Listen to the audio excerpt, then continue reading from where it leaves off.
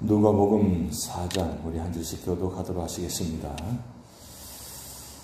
예수께서 성령의 충만함을 입어 요단강에서 돌아오사 광야에서 40일 동안 성령에게 이끌리시며 마귀에게 시험을 받으시더라. 이 모든 날에 아무것도 다투시지 아니하시니 날수가 다함에 죽이시니라. 마귀가 이르되 네가 만일 하나님의 아들이거든 이 돌들에게 명하여 떡이 되게 하라. 예수께서 대답하시되 기록된 바 사람이 떡으로만 살 것이 아니라 하였느니라. 마귀가 또 예수를 이끌고 올라가서 순식간에 천하만국을 보이며 이르되 이 모든 권위와 그 영광을 내가 네게 주리라. 이것은 내게 넘겨준 것이므로 내가 원하는 자에게 주노라. 그러므로 내가 만일 내게 절하면 다 네 것이 되리라. 예수께서 대답하여 이르시되 기록된 바 누구너야 하나님께 경배하고 다만 그를 섬기라 하였느니라. 또 이끌고 예루살렘으로 가서 성전 꼭대기에 세우고 이르되 네가 만일 하나님의 아들이거든 여기서 뛰어내리라.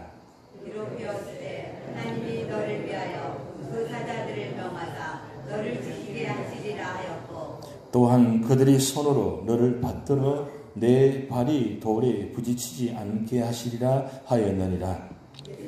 대답하여 이르시되 주너의 하나님을 시험하지 말라 하였느니라. 마귀가 모든 시험을 다 한 후에 얼마 동안 떠나니라. 예수께서 성령의 능력으로 갈릴리에 돌아가시니 그 소문이 사방에 퍼졌고 친히 그 여러 회당에서 가르치심에 뭇사람에게 칭송을 받으시더라. 예수께서 그 살아나신 곳 나사렛에 이르사 안식일에 늘 하시던 대로 회당에 들어가사 성경을 읽으려고 서시네. 선지자 이사야의 글을 들이거늘 책을 펴서 이렇게 기록된 데를 찾으시니 곧 주의 성령이 내게 임하셨으니 이는 가난한 자에게 복음을 전하게 하시려고 내게 기름을 부으시고 나를 보내사 포로된 자에게 자유를 눈먼 자에게 다시 보게 함을 전파하며 눌린 자를 자유롭게 하고 주의 은혜의 회를 전파하게 하려 하심이라 하였더라. 그 많은 자에게 주시고 앉으시니 회당에 있는 자들이 다 주목하여 보더라. 이에 예수께서 그들에게 말씀하시되 이 글이 오늘 너희 귀에 응하였느니라 하시니 그들이 다 그를 증언하고 그 입으로 나오는 바 은혜로운 말을 놀랍게 여겨 이르되 이 사람이 요셉의 아들이 아니냐. 예수께서 그들에게 이르시되 너희가 반드시 의사냐 너 자신을 고치라 하는 속담을 인용하여 내게 말하기를 우리가 들은 바 가버나움에서 행한 일을 내 고향 여기서도 행하라 하리라. 또 이르시되 내가 진실로 너희에게 이르노니 선지자가 고향에서는 환영을 받는 일이 없느니라. 내가 참으로 너에게 이르노니 엘리야 시대의 하늘이 3년 6개월간 닫히어 온 땅에 큰 흉년이 들었을 때에 이스라엘에 많은 과부가 있었으되 엘리야가 한 사람에게도 은혜심을 받지 않고 오직 그 땅에 있는 사렙자의 한 과부에게 뿐이었으며 또 선지자 엘리사 때에 이스라엘에 많은 나병 환자가 있었으되 그 중에 한 사람도 깨끗함을 얻지 못하고 오직 수리아 사람 나아만 뿐이었느니라. 이 땅에 있는 자들이 이것을 듣고 다 크게 화가 나서 일어나 동네 밖으로 쫓아내어 그 동네가 건설된 산 낭떠러지까지 끌고 가서 밀쳐 떨어뜨리고자 하되 예수께서 그들 가운데로 지나서 하시니라. 갈릴리의 가버나움 동네에 내려오사 안식일에 가르치시며 그들이 그 가르치심에 놀라니 이는 그 말씀이 권위가 있으리로라. 회당에 더러운 귀신 들린 사람이 있어 크게 소리질러 이르되 아 나사렛 예수여 우리가 당신과 무슨 상관이 있나이까. 우리를 멸하러 왔나이까. 나는 당신이 누구인 줄 아노니 하나님의 기록한 자니이다. 예수께서 꾸짖어 이르시되 잠잠하고 그 사람에게서 나오라 하시니 귀신이 그 사람을 무리 중에 넘어뜨리고 나오되 그 사람은 상하지 아니한지라. 다 놀라 서로 말하여 이르되 이 어떠한 말씀이고 권위와 능력으로 더러운 귀신을 명하매 나가는도다 하더라. 이에 예수의 소문이 그 근처 사방에 퍼지니라. 예수께서 일어나 회당에서 나가사 시몬의 집에 들어가시니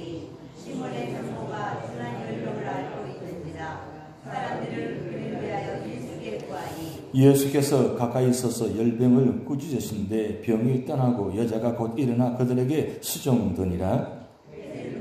사람들이 온갖 병자들을 데리고 나오매 예수께서 일일이 그 위에 손을 얹으사 고치시니 여러 사람에게서 귀신들이 나가며 소리질러 이르되 당신은 하나님의 아들이니이다. 예수께서 꾸짖으사 그들의 말함을 허락지 아니하시니 이는 자기를 그리스도인 줄 알미르라.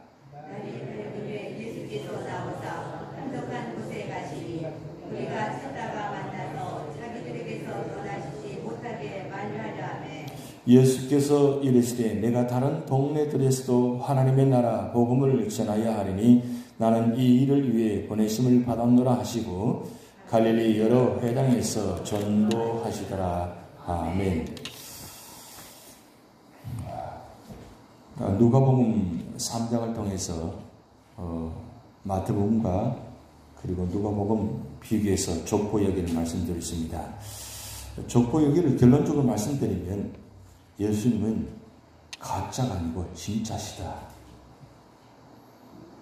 우리가 믿는 예수님은 가짜가 아니고 진짜입니다. 그 진짜를 설명하시기 위해서 아주 구체적으로 사람의 족보여기를 기록해 놓았습니다만 중요한 것은 예수님은 진짜시다는 것, 그걸 꼭 기억하시고, 그리고 예수님은 진짜 사람이다. 진짜 사람이다라는 걸 지금 말씀하고 있습니다. 누가복음은 사람의 아들로 오신 예수님을 지금 이야기하고 있습니다. 사람의 아들로 온 예수님 입장에서 우리가 누가복음 관점으로 계속 말씀을 보면 그 족보 이야기가 난 다음에 바로 누가복음 4장에 이제 시험 받는 장면이 나옵니다. 시험 받는 장면에서 오늘 제가 DPN에다가 요인물을 넣어 드렸는데 제가 일부러 다 나눠지지 않은 이유는 본인들이 선택하셔서 가지고 하시라는 말씀입니다. 괜히 이것 때문에 시험 받지 않도록 하려고 하는 겁니다. 근데 뭐 필요하시면 가지고 와서 보시면 좋겠습니다. 근데 중요한 건 성경에는 반복된 이야기가 많습니다. 창세기부터 요한계시록까지 반복되지 않고 딱 한 번만 말씀하시지 왜 반복해서 기록해 놓았을까요?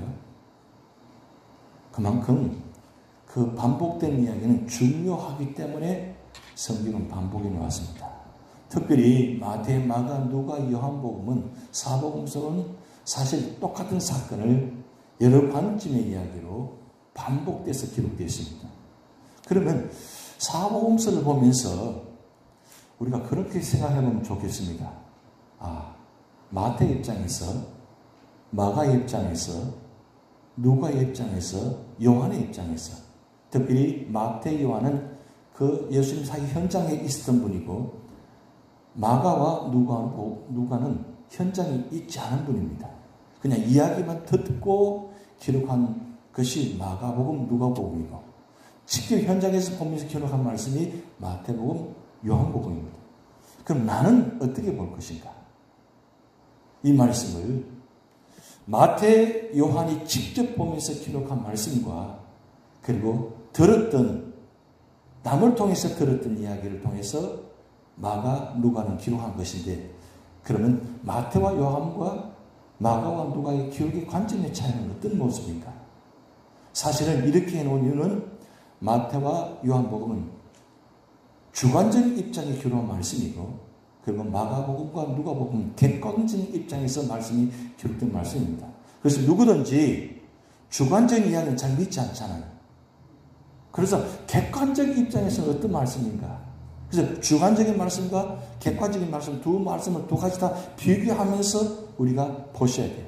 그러면 중요한 건 마태, 마가, 누가, 요한복음 이렇게 기록했는데 나는 어떻게 볼 것인가? 나는 어떻게 해석해야 될 것인가?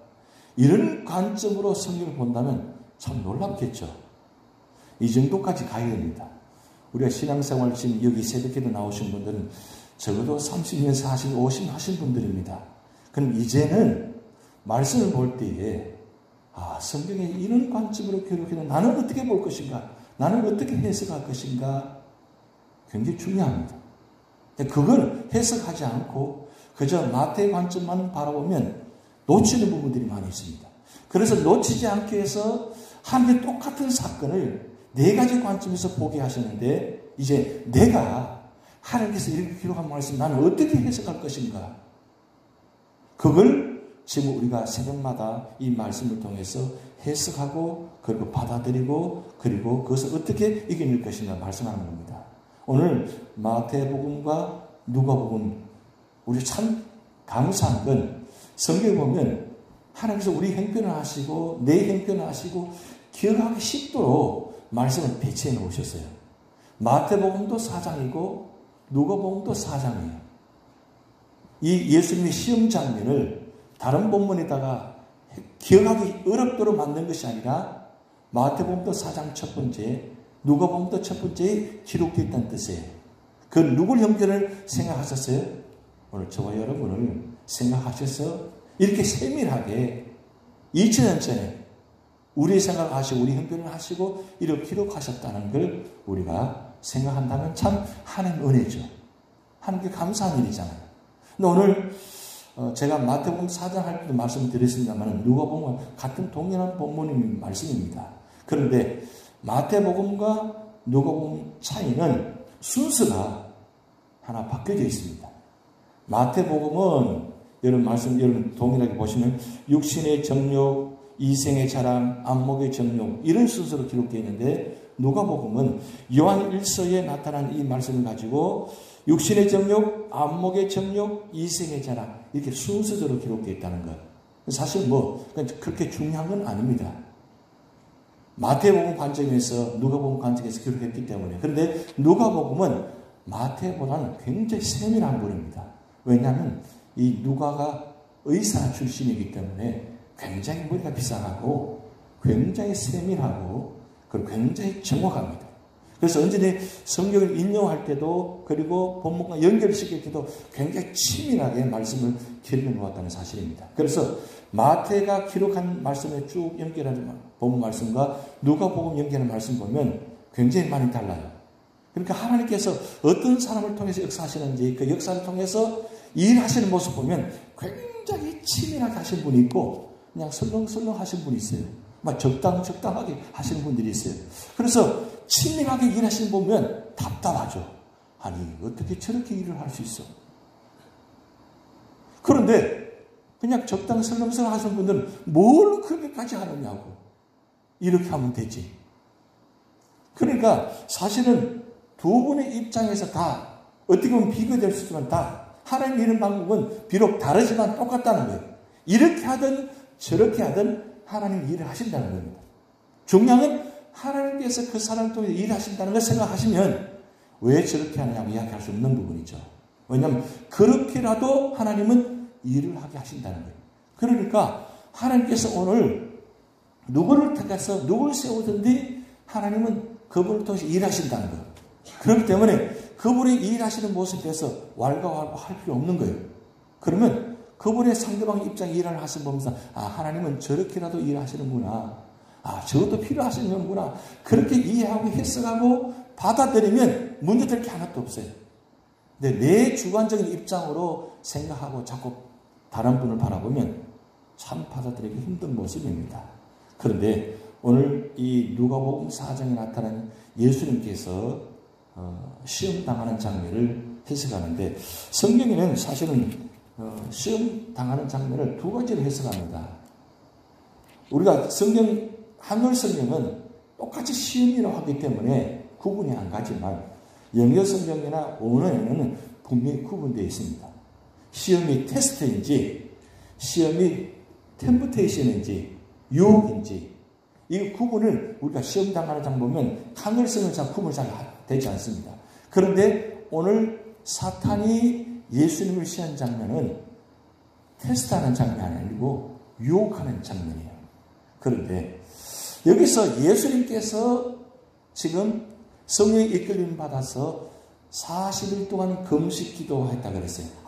아무것도 먹지 않다. 물까지도 먹지 않았다 그랬어요. 보통 40일 금식하면 물을 마십니다. 물까지 먹지 않으면 굉장히 위험합니다. 그래서 어떤 분들은 나도 예수님처럼 나도 그렇게 금식 기도해야지 하고 물도 안 마시고 하다가 40일째 돌아가신 분들이 많아요. 그래서 예수님 따라 흉내 내시다가 사실 많은 분들이 돌아가신 분들이 참 많습니다. 그렇기 때문에 우리는 예수님처럼 그런 능력 있는 분이 아니기 때문에 물을 마시면서 보통 금식기도 하시는데 예수님은 아무것도 마시지 않았어요. 그는 왜 이걸 강조하느냐? 예수님은 실제 하나님의 아들이시지만 사람의 아들이라는 것을 지금 강조하고 있는 겁니다. 사람의 아들인데 사람의 아들이면 예수님도 인간이시기 때문에 40일째 되면 지치신다는 거죠. 힘드신다는 거죠. 마지막 지점에 와 있다는 겁니다. 40일째 되면 진짜 힘들지 않겠어요? 그런데 그 마지막 순간에 사탄이 와서 예수님을 유혹합니다. 근데 유혹하는 장면이 세 가지잖아요. 이 세 가지 장면은 세상에서 모든 거 다 포함되는 겁니다. 그러니까 사탄은 예수님을 시험할 때 세상의 모든 방법을 가지고 다 시험하셨다는 뜻입니다. 유혹했다는 뜻입니다. 그런데 예수님께서 이 시험의 유혹을 당하는 장면에 여러분 중요한 건 태도를 보셔야 됩니다. 태도. 그런데 이 태도는 해석을 통해서 나오는 태도가 중요합니다. 그럼 예수님은 이 사탄의 유혹을 어떻게 해석했냐는 얘기죠. 이 참 중요합니다. 우리 삶의 자리에 어떤 여러 가지 시험들이 다가옵니다. 이게 다가올 때에 어떻게 해석하느냐에 따라서 태도가 달라져요. 그런데 우리가 일반적으로 시험 당했을 때 우리가 이 해석을 잘못함으로 인해 가지고 해석을 못함으로 인해 가지고 나타나는 반응들이 있잖아요. 근데 오늘 예수님의 이 모습 보시면 어떻게 해석했느냐? 이건 사탄이 자기를 유혹한다는 것을 해석하는 겁니다. 그러면 사실 솔직히 말씀드리면 세상의 모든 삶의 자리는 하나님께서 우리를 테스트하는 것보다는 사탄의 유혹이 더 많습니다. 하나님은 왜 우리를 많이 테스트하지 않느냐? 사실 말씀을 계속적으로 우리가 들려지게 되고 말씀을 읽게 하기 때문에 말씀을 통해서 우리가 하나님 말씀하시기 때문에 굳이 다른 방법을 하지 않습니다. 그런데 사탄은 말씀으로 우리를 테스트하는 것이 아니라 때로는 말씀까지도 우리에게 유혹한다는 장면이죠. 그런데 예수님은 어떻게 이 사탄의 유혹을 해석을 어떻게 하는가? 이건 사탄이 나를 유혹하는 것이다. 사실 사탄이 이 모든 지금 예수님을 시험하는 장면 속에서 보면 사실은 사탄이 할 수 있는 능력을 갖고 있습니다. 그런데 능력을 갖고 있는 사탄이 우리에게 다가왔을 때 우리가 어떻게 할 것인가? 사탄은 충분히 능력을 갖고 있기 때문에 무엇이든지 줄 수 있습니다. 할 수 있게 합니다. 사탄도. 근데 중요한 건 사탄이 예수님을 향해서 계속 반복되는 질문 하나가 있습니다. 만일 네가 하나님의 아들이거든. 그러면 사탄이 예수님을 몰라서 그 질문을 하나요? 사탄이 예수님을 몰라서 이 만일 네가 하나님의 아들이거든 질문할까요? 아닙니다. 사탄은 예수님 누군가를 압니다. 하나님의 아들인 것을 압니다. 근데 알면도 불구하고 왜 사탄에게 지금 이 장면을 이야기합니까? 왜 예수님께 이 사탄이 만일 네가 하나님의 아들을 이야기합니까? 예수님 당신의 정체성을 지금 이야기하는 것입니다. 사실은 다른 질문 여러 가지 세 가지 모습을 이야기하지만 사실 한 가지입니다. 한 가지. 진짜 하나님의 아들을 믿고 있느냐? 네가 진짜 하나님의 아들을 믿고 있느냐? 네가 진짜 하나님의 아들이냐? 그걸 예수님께 시험하는 장면, 유혹하는 장면이에요. 그렇다면 오늘 사탄은 우리에게 여러 가지 방법을 가지고 지금 우리를 유혹하는데 한 가지입니다. 네가 하나님의 자녀냐? 만약에 누가 나에게 당신 하나님 자녀입니까? 물으면 우리는 어떻게 대답합니까? 아멘이죠. 나는 하나님의 자녀입니다.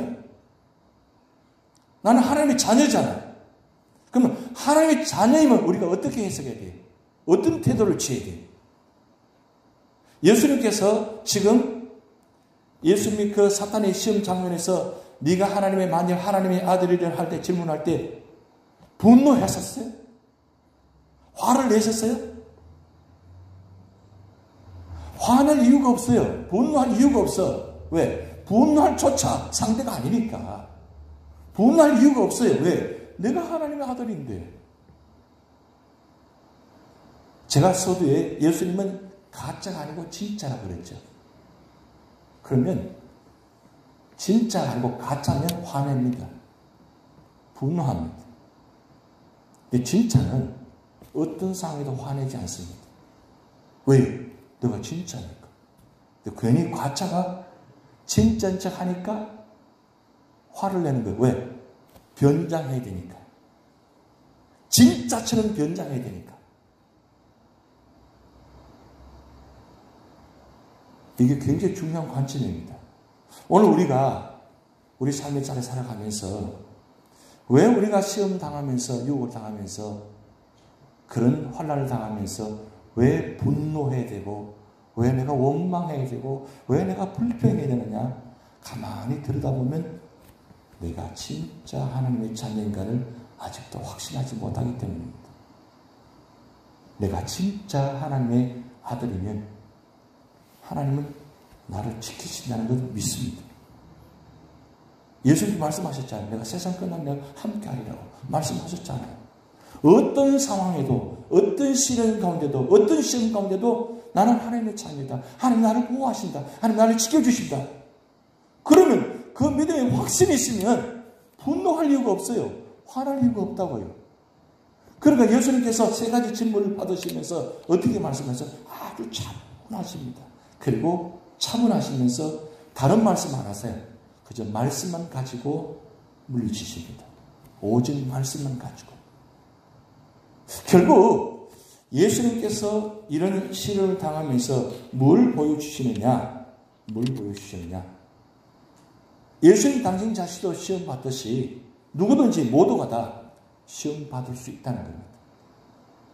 아니 예수님도 하나님의 아들도 시험 받는데 유혹 받는데 우리가 무슨 방법이 있어요? 무슨 어떻게 피할 길이 어디 있어요?